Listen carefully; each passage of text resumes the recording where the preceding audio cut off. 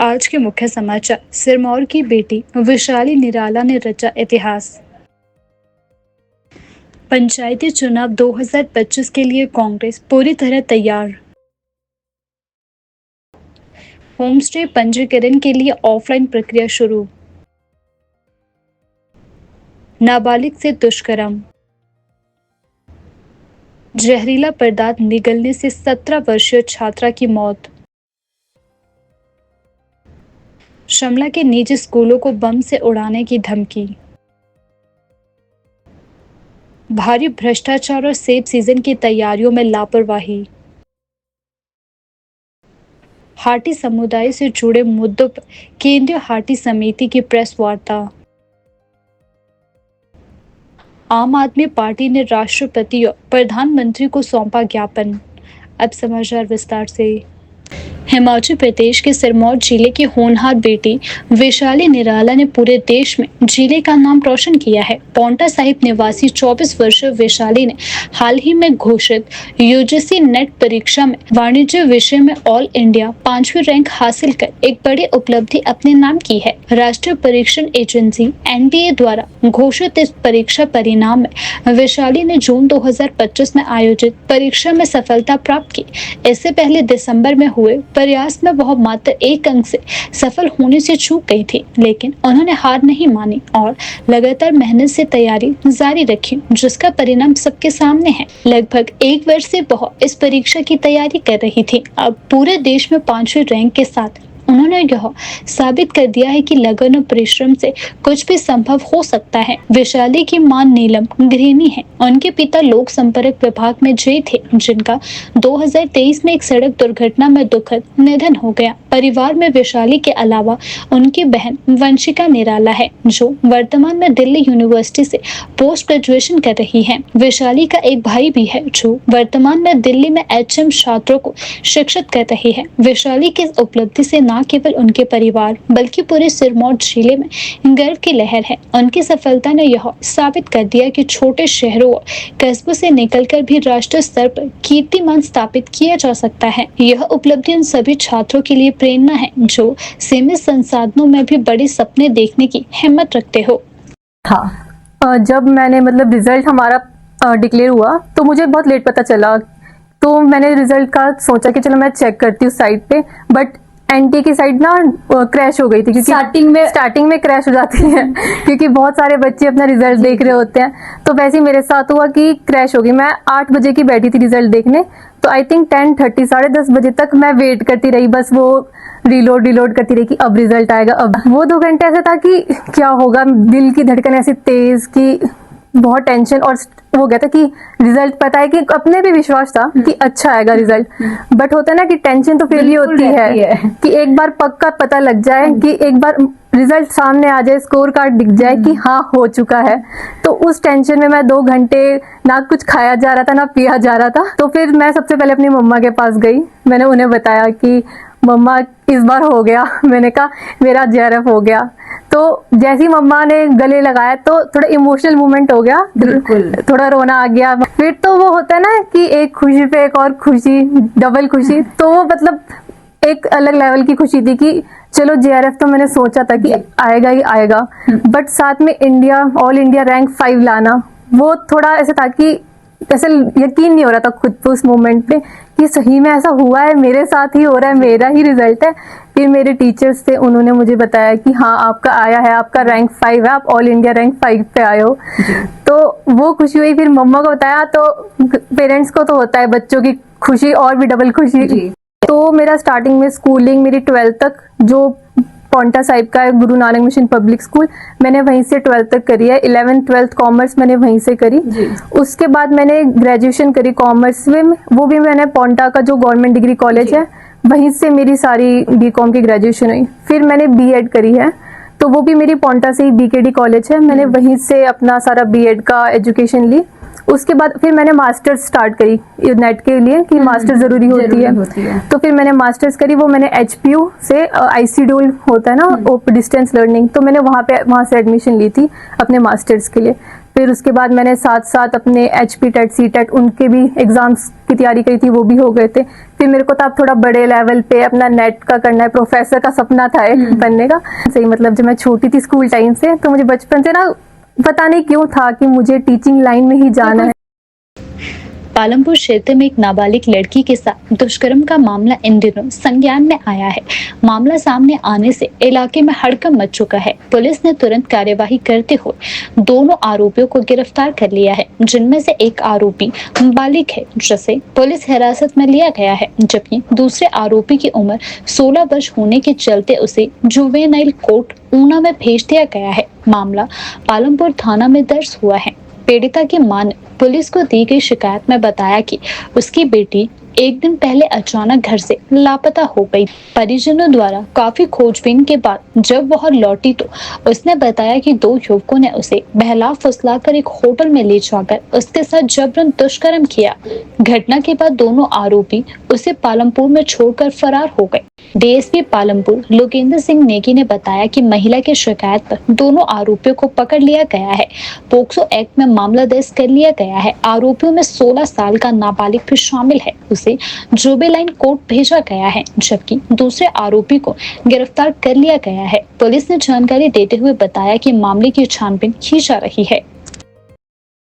हिमाचल प्रदेश में आगामी पंचायती चुनाव 2025 को लेकर राजनीतिक सरगर्मियां तेज हो गई है। इसी कड़ी में पूर्व पार्षद एवं कांग्रेस के वरिष्ठ नेता महेंद्र चौहान ने हिमदर्शन से बातचीत में बड़ा बयान दिया है। उन्होंने कहा कि कांग्रेस पार्टी पूरी मजबूती के साथ चुनावी मैदान में उतरने को तैयार है और जनता का भरोसा लगातार पार्टी की ओर बढ़ता जा रहा है। महेंद्र चौहान ने कहा कि कांग्रेस पार्टी ने सत्ता में आने के बाद जनहित में जो गारंटियां दी थी उनमें से अधिकतर पर अमल की शुरुआत हो चुकी है। उन्होंने दावा किया है कि कांग्रेस न केवल वादे कर रही है बल्कि उन्हें जमीन पर लागू भी कर रही है। महेंद्र चौहान ने कहा कि जिस तरह से कांग्रेस पार्टी अपने वादों को पूरा कर रही है, उसी तरह पंचायती चुनाव में भी जनता कांग्रेस को ही चुनेगी।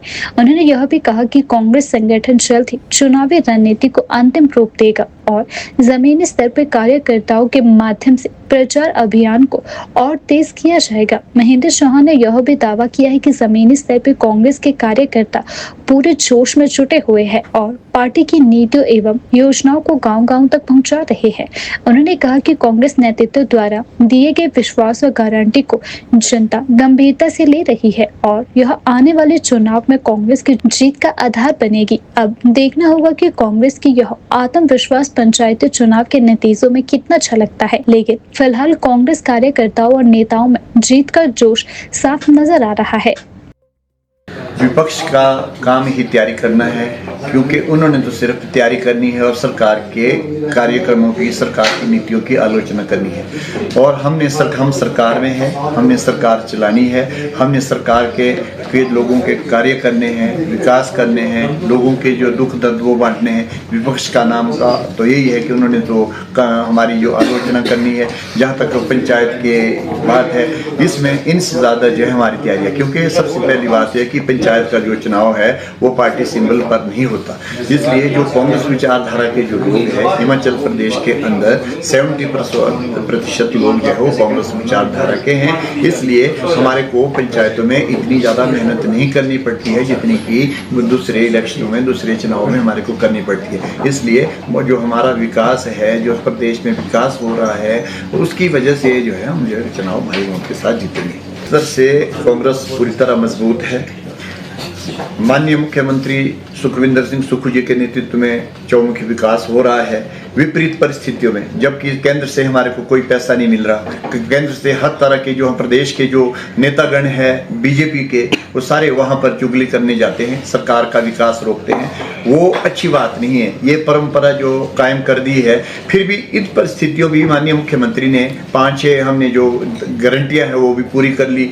और इतना कर्जा देने के बावजूद हमारे पास दहेज में इतना कर्जा इन्होंने दिया उसको भी चुका रहे हैं, सरकार विकास भी कर रहे हैं। इतनी बड़ी प्रदेश के अंदर जो बड़ी भरी जो नेचुरल क्लेमिटी आई है उसका भी हम निर्वाह कर रहे हैं। लोगों के साथ पूरा कांग्रेस का संगठन, कांग्रेस का कार्यकर्ता जो है उनकी जान माल की रक्षा करने के लिए दिन रात लगा हुआ है। पंचायत से चुनाव से बड़ा हम ये समझते हैं कि उन लोगों को स्थापित किया जाए, उन लोगों के साथ हमदर्दी जताया जाए जिन्होंने अपनी जानें गंवाई है, परिवार गंवाए हैं और अपनी जमीन जायदाद जो गंवाई है। सरकार जो है दिन रात जो है उस कार्य में लगे हैं। जब इससे हम फ्री हो जाएंगे और तब तक हमारा संगठन भी बन जाएगा। हर कार्यकर्ता जो है चुनाव में दिन रात जो है भारतीय जनता पार्टी के से भी ज्यादा बहुमत के साथ जो हम चुनाव में आएंगे और भारी बहुमत के साथ चुनाव जीतेंगे। हिमाचल प्रदेश में अनुसूचित जाति दर्जे को लेकर हाटी समुदाय के अधिकारियों समस्याओं पर केंद्रीय हाटी समिति ने प्रेस क्लब शिमला में एक अहम प्रेस वार्ता की। समिति के पदाधिकारियों ने स्पष्ट शब्दों में कहा कि यह मामला राजनीति नहीं बल्कि हाटी समुदाय के भविष्य और सम्मान से जुड़ा है। प्रेस वार्ता में समिति ने बताया कि हाटी समुदाय का संगठित रूप से गठन वर्ष 1980 में हुआ था और 1982 में इसे विधिवत पंजीकरण रजिस्ट्री की गई थी। तब से लेकर अब तक समुदाय अपने अधिकारों और पहचान के लिए संघर्ष कर रहा है। समिति ने प्रेस को संबोधित करते हुए बताया कि हाल ही में आयोजित यूजीसी नेट परीक्षा में हाटी समुदाय के हजारों छात्रों को अनुसूचित जनजाति का लाभ नहीं मिल पाया है। उन्होंने बताया कि बहुत से छात्र ऐसे थे जिन्होंने परीक्षा ऐसी कोटे में दी और क्वालिफाई भी किया, लेकिन उनके पास मान्यता प्राप्त प्रमाण पत्र नहीं था। इन छात्रों को अंततः जनरल कैटेगरी से फॉर्म भरना पड़ा, जिससे उनकी रैंकिंग पर भी असर पड़ा और कई को दोबारा से मेहनत करनी भी पड़ी है। समिति के पदाधिकारियों ने कहा कि करीब 40,000 छात्रों का भविष्य खतरे में लटक रहा है। समिति ने दोहराया कि यह मामला किसी राजनीतिक दल या चुनावी फायदे से जुड़ा नहीं है, यह हाटी समाज के हक और सम्मान की बात है। सबसे बड़ा जो मुद्दा है आपदा के बाद ही मैं कहता हूँ, हमारा ये मानना है हाटी समिति का, जो हमारी केंद्रीय हाटी समिति है, शीर्ष संस्था है। 1980 से इसका गठन हुआ था, 82 में रजिस्ट्रेशन इसकी हुई थी। हमारे हाटी समुदाय के हितों की पैरवी करने वाली है सबसे और सर्वोच्च संस्था है। पहले भी आंदोलन इसी समिति के बैनर तले हुए हैं। अभी जिसका जिक्र अभी दिलीप सिंघटा जी ने किया, 40,000 से अधिक बच्चों का कैरियर दांव पे रखा हुआ है। बड़ी बात जो उन्होंने कही है कि अभी कुछ दिन पहले ही जो पिछले कल ही जो नेट का रिजल्ट आया, उसमें कई लोगों ने पहले स्टूडेंट ने, ये स्टूडेंट से जुड़ा मुद्दा है, राजनीति अपने लोग है, पॉलिटिकल व्यवस्थाएं उसका भी सम्मान करते हैं। हम किसी के भी खिलाफ नहीं है, हम मंत्री के खिलाफ भी नहीं है, हम माननीय के खिलाफ भी नहीं है, लेकिन हम हाटी मुद्दे के साथ पहले भी खड़े थे, आज भी खड़े हैं। और जो भी इसमें अटकाने, लटकाने और भटकाने का काम किया है, आप सभी लोग उसके गवाह है। उस पृष्ठभूमि में हम नहीं जाएंगे, लेकिन हम आगे की हम बात करेंगे। 40,000 से अधिक बच्चों का कैरियर जिन्होंने पहले अप्लाई किया था एसटी कोटे से, वो क्वालिफाई भी करके बहुत सारे बच्चे, लेकिन सर्टिफिकेट नहीं मिल पाया। सर्टिफिकेट नहीं मिला तो उनका जो उनकी मेहनत है वो बिल्कुल शून्य होगी। उनकी मेहनत पर पानी फिर गया। उन्होंने जनरल कैटेगरी से फिर अप्लाई किया और जनरल कैटेगरी से उन्होंने फिर वही मेहनत दोबारा करनी पड़ी और उनको जनरल कैटेगरी से इसलिए भरना पड़ा क्योंकि उनके पास सर्टिफिकेट नहीं था। सर्टिफिकेट का हम जिक्र करेंगे, लगभग ये हमारे पास पूरी उसकी सूची है। 81 सर्टिफिकेट जो बने थे पिछले वर्ष 1 से 3 जनवरी तक के, वो राज्य सरकार ने बने तो 4 तारीख को भी थे, क्योंकि 4 तारीख को कोर्ट से, हाई कोर्ट से स्टे मिला था 2 बजे, लेकिन उस दिन राज्य सरकार का ये मानना है कि 4 तारीख के बने सर्टिफिकेट वो वैलिड नहीं है, फिलहाल वैलिड नहीं, लेकिन उससे पहले 1 से 3 जनवरी तक जो सर्टिफिकेट बने थे, बहुत छोटी सी वो संख्या है। हमारी जो संख्या है लाभार्थियों की वो 2.25 लाख है। ये मुद्दा हालांकि 3 लाख से अधिक आबादी से जुड़ा हुआ है कुल मिलाकर, तो हम किसी के खिलाफ नहीं है। हम तो ये चाहते थे, इसमें 12 जातियां और उपजातियां, जिसमें सबसे बड़ी जो जातियां उपजातियां थी एससी वर्ग की थी, उन्होंने आंदोलन किया अपने हकों के लिए, सबको लड़ने का अधिकार है। वो उनको कोर्ट में किसने भेजा ये भी सब जानते हैं, ये हमारी उस पृष्ठभूमि में नहीं जाना चाहेंगे। तो उसके बाद हमारे ओबीसी के स्टूडेंट को, उनको कोर्ट में किसने भेजा, फिर हमारे गुज्जर समुदाय के लोगों को, उनको कोर्ट में किसने भेजा, फिर हमारे किन्नौर स्टूडेंट एसोसिएशन जो पहले ही जिनको 2 राइट्स जो एंजॉय कर रहे हैं, हम उनके खिलाफ कभी नहीं रहे हैं। हम किन्नौर के लोगों का बहुत सम्मान करते हैं, लेकिन सिरमौर और किन्नौर के लिए 2 कायदे कानून नहीं हो सकते हैं। संवैधानिक संस्था और संविधान का और कानून का, केंद्रीय कानून, हम तो कानून के पक्षधर है, केंद्रीय कानून का, और ये ना केवल केंद्रीय कानून का, ये तो संसद का भी अपमान हो रहा है।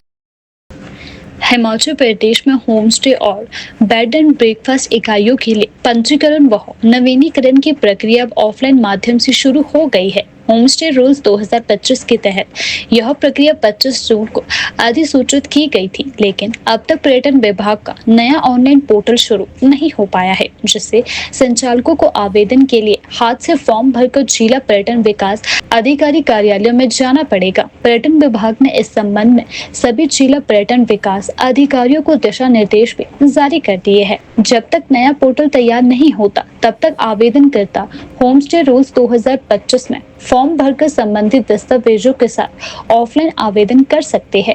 आवेदन के बाद पर्यटन विभाग के अधिकारी संबंधित इकाई का निरीक्षण करेंगे, जिसमें कमरे, फर्नीचर, क्रॉकरी, कचरा निपटान, स्वच्छता और आग सुरक्षा उपकरण, विजिटर बुक, विदेशी पर्यटकों की व्यवस्था, सीसीटीवी कैमरे आदि की जांच की जाएगी। हिमाचल प्रदेश होम स्टे संचालक एसोसिएशन के अध्यक्ष तनुज थांटा ने कहा कि ऑफलाइन पंजीकरण की प्रक्रिया दूर दराज क्षेत्रों में रहने वाले होम स्टे संचालकों के लिए असुविधाजनक है। उन्होंने पर्यटन विभाग से जल्द नया पोर्टल शुरू करने की मांग की है, ताकि पंजीकरण की प्रक्रिया पारदर्शी, सरल और सुगम हो सके। उन्होंने यह भी कहा कि पुराने पोर्टल्स में होम स्टे पंजीकरण का लिंक हटा दिया गया है, जिससे संचालक उलझन में है।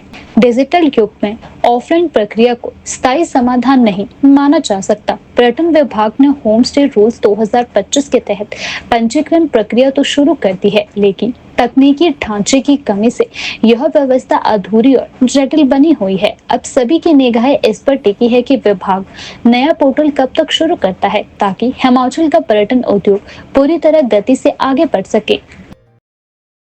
हिमाचल प्रदेश के शिमला जिले के चौपाल मंडल में चल रही विकास परियोजनाओं में भारी भ्रष्टाचार और वित्तीय अनियमितताओं का गंभीर मामला सामने आया है। प्रधानमंत्री ग्राम सड़क योजना PMGSY नाबार्ड केंद्र एवं राज्य सरकारों की वित्तीय सहायता से चल रही सड़क व भवन परियोजनाओं में व्यापक गड़बड़ियों की बातें सामने आ रही है। इसके साथ ही आगामी सेब सीजन की तैयारियों में प्रशासन की घोर लापरवाही और उदासीनता के चलते हजारों बागबानों में जबरदस्त नाराजगी और आक्रोश देखा जा रहा है। स्थानीय सूत्रों और सामाजिक संगठनों के अनुसार परियोजनाओं में करदाताओं के पैसे का बड़े पैमाने पर दुरुपयोग किया जा रहा है। आरोप है कि सड़कों के निर्माण में घटिया सामग्री का प्रयोग किया जा रहा है। फर्जी बिलिंग और अनुमानित लागत से अधिक भुगतान की घटनाएं आम है। कई परियोजनाएं अधूरी छोड़ दी गई है, जिससे लोगों को भारी परेशानियों का सामना करना पड़ रहा है। रिपोर्टों में यह भी सामने आया है कि कई प्रकार की गड़बड़ियां देखने को मिल रही है। कुछ चहेते ठेकेदारों को अनुचित लाभ पहुंचाया गया है। कई परियोजनाओं में दोहरी फंडिंग का मामला भी सामने आया है। पर्यावरणीय नियमों और वन संरक्षण अधिनियम और खनन नियमों की खुलेआम अनदेखी की गई है। सड़क निर्माण के नाम पर सैकड़ों कीमती पेड़ों को काटा गया है। एक गंभीर विषय को लेकर बात करना चाह रहा हूँ। हिमाचल प्रदेश में भारत सरकार द्वारा प्रधानमंत्री ग्राम सड़क योजना को लेकर और नवाड़ को लेकर जो है बहुत सारी सड़कें बन रही है, जिसमें कि चौपाल में लगभग 113 के करीब सड़कें हैं जो नवाड़ और प्रधानमंत्री ग्राम सड़क योजना के अंतर्गत निर्माणाधीन है या बन चुकी है। परंतु दुर्भाग्यवश ये है कि इन सड़कों में जितनी भी प्रधानमंत्री ग्राम सड़क योजना की एक नियमावली थी, जो पैरामीटर्स तय किए गए थे निर्माण कार्य के लिए, वो कहीं ना कहीं यहाँ बौने साबित हुए और एक तरह से धराशायी कहा जा सकता है कि अनियमितताओं को दरकिनार करके निर्माण कार्य को किया गया है। अगर हम बात करते हैं, मैं आपको आपके माध्यम से जनता के लिए यह विषय और मुद्दे पर भी मैं बात करना चाहता हूं कि जो हमारे पास आंकड़ा आया है और जो हमारे पास एक 2013 से लेकर हमने कुछ RTI के माध्यम से विभाग से जानकारियां मांगी थी, उसमें 2013 में विभाग ने लगभग 6 टेंडर किए प्रधानमंत्री ग्राम सड़क योजना में, और जिसमें के आपका टेंडर करने के बाद हर एक टेंडर जो है 1.5 करोड़ से लेकर कर दिए।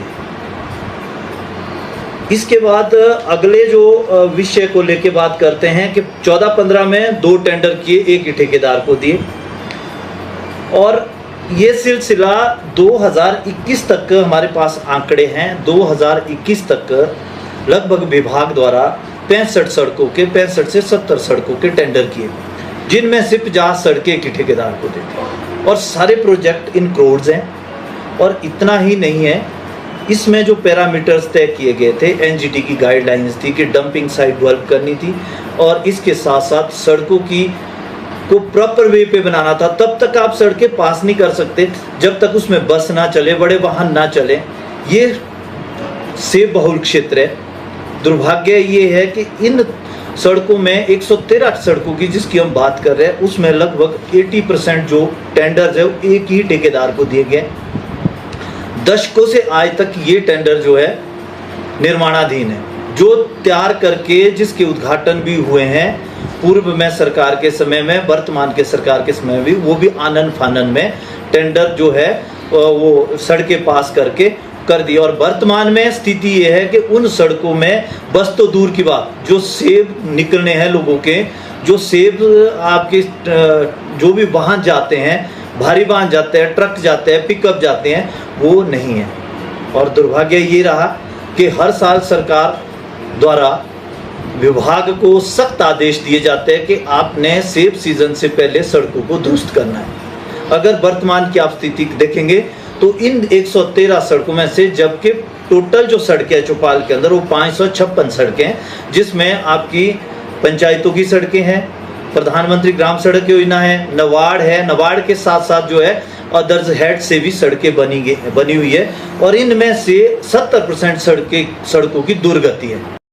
हिमाचल प्रदेश की राजधानी शिमला में उस समय हड़कंप मच गया जब शहर के कई निजी स्कूलों को ईमेल के माध्यम से बम से उड़ाने की धमकी मिली है। यह धमकी बीती रात भेजी गई है, जिससे सुबह होते ही पुलिस और प्रशासन पूरी तरह सतर्क हो चुके हैं। सुरक्षा के मद्देनजर स्कूलों में मॉकड्रिल करवाई गई और सर्च ऑपरेशन भी चलाया गया। स्थिति की गंभीरता को देखते हुए खुफिया एजेंसियों को भी अलर्ट कर दिया गया है। फिलहाल किसी स्कूल में कोई संदिग्ध वस्तु बरामद नहीं हुई है, लेकिन बच्चों, अभिभावकों और स्कूल प्रबंधन के बीच भय और तनाव का माहौल बना हुआ है।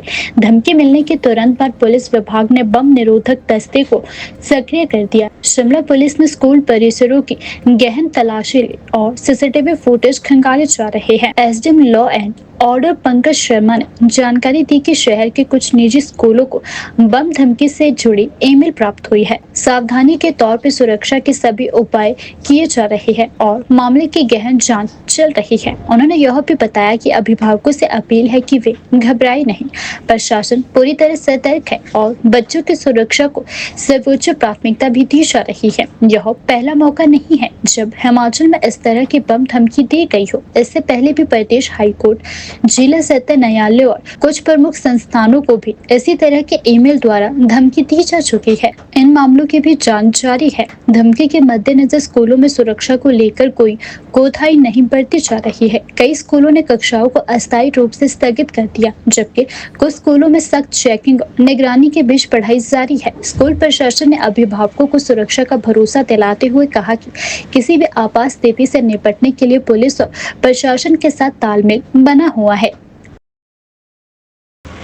हिमाचल प्रदेश में हालिया आपदाओं और प्राकृतिक नुकसान के मद्देनजर आम आदमी पार्टी आप हिमाचल प्रदेश ने आज राज्य के सभी जिला मुख्यालयों पर जिला उपायुक्तों के माध्यम से राष्ट्रपति, प्रधानमंत्री, मुख्यमंत्री और राज्यपाल हिमाचल प्रदेश को ज्ञापन सौंपा। पार्टी के लोगों ने सरकार से आपदा पीड़ितों के लिए प्रभावी राहत देने की मांग की है। ज्ञापन में रखी गई मुख्य मांगे कुछ इस प्रकार से है। हिमाचल प्रदेश के लिए 1000 करोड़ रुपए का विशेष आपदा राहत पैकेज केंद्र और राज्य सरकार द्वारा तुरंत घोषित किया जाए। आपदा में मारे गए लोगों के परिजनों को 1 करोड़ की आर्थिक सहायता और जरूरतमंदों को भोजन, दवाइयों और पीने के पानी की पर्याप्त व्यवस्था की जाए। प्रधानमंत्री और मुख्यमंत्री आवास योजना के अंतर्गत बेघर हुए परिवारों को शीघ्र स्थायी आवास उपलब्ध करवाए जाए। किसानों को फसल क्षति का उचित मुआवजा, बीमा राशि का शीघ्र वितरण और अन्य आर्थिक सहायता दी जाए। बर्बाद हुए सड़कों, पुलों और स्कूलों और अस्पतालों के पुनर्निर्माण के लिए विशेष बजट का प्रावधान किया जाए। साथ ही उन्होंने कहा कि बिजली, संचार और पेयजल जैसी आवश्यक सेवाओं की तत्काल बहाली भी की जाए। प्रभावित क्षेत्रों को आपदाग्रस्त क्षेत्र घोषित कर विशेष केंद्रीय सहायता राशि प्रदान की जाए। पार्टी नेताओं ने कहा कि प्रदेश में भारी बारिश, भूस्खलन और बादल फटने जैसी आपदाओं से आम जनता का जीवन अस्त-व्यस्त हो गया है। ऐसे वक्त में सरकार की निष्क्रियता और राहत कार्यों में देरी जनता के साथ अन्याय है। मैं जिलाध्यक्ष प्रेम ठाकुर, आम आदमी पार्टी शिमला। आज हम डीसी साहब को जो है विज्ञापन देने आए थे महामहिम राष्ट्रपति के लिए, हमारे प्रधानमंत्री और हमारे प्रदेश के जो राज्यपाल हैं और प्रदेश के मुख्यमंत्री जी को, कि ये जो इतनी बड़ी त्रासदी मंडी में आई है उसके लिए कम से कम जो है केंद्र सरकार जो है वो राज्य सरकारों को 1000 करोड़ रुपया दे, ताकि यहाँ जो है लोगों का पुनर्वास हो सके। इसके अतिरिक्त हर एक मृतक परिवार को जो है वो 1 करोड़ रुपए की राशि दी जानी चाहिए, जिसके लिए जो है हमारे जो 4 या 7 सांसद हैं इनको पार्लियामेंट में आवाज़ उठानी चाहिए, क्योंकि हिमाचल सरकार कह रही है कि हम पुनर्वास के लिए लोगों को ज़मीन देंगे, लेकिन हमारे पास ज़मीन देने का अधिकार नहीं है, ये केंद्र सरकार ही कर सकती है। तो इसके लिए केंद्र के लिए जो हमारे 4 सांसद हैं उनको आवाज़ उठानी चाहिए और लोगों की भलाई के लिए ये काम करना चाहिए। दूसरा जो मेन मुख्य कारण है वो ये है कि प्रदेश सरकार इस समय जो है त्रासदी क्षेत्र में इतना बड़ा काम नहीं कर पा रही है जितना उसको करना चाहिए था, जबकि इससे ज़्यादा लोग जो है अपना की है। तो यही विज्ञापन देने के लिए हम डीसी साहब के पास आए थे। मेरा परिचय डॉक्टर राजेश चांदना, प्रदेश उपाध्यक्ष डॉक्टर विंग आम आदमी पार्टी हिमाचल प्रदेश, और इस समय पार्टी ने मुझे शिमला प्रवक्ता की भी जिम्मेवारी दी है। तो मैं ये आज हम इसलिए इकट्ठे हुए हैं कि त्रासदी बहुत ज़्यादा आई है इस बार बारिश की वजह से, और मंडी, कुल्लू, कांगड़ा, हमीरपुर ये ज़िले तो अफेक्ट हुए हैं। रिसेंट जो चंबा में भी, इवन किन्नौर में भी, और कल तो काजा तक में भी ओले पड़े हैं। तो मैं ये कहना चाहता हूँ कि हमारे को 2023 की भी राहत अभी तक नहीं मिल पाई है सेंटर से।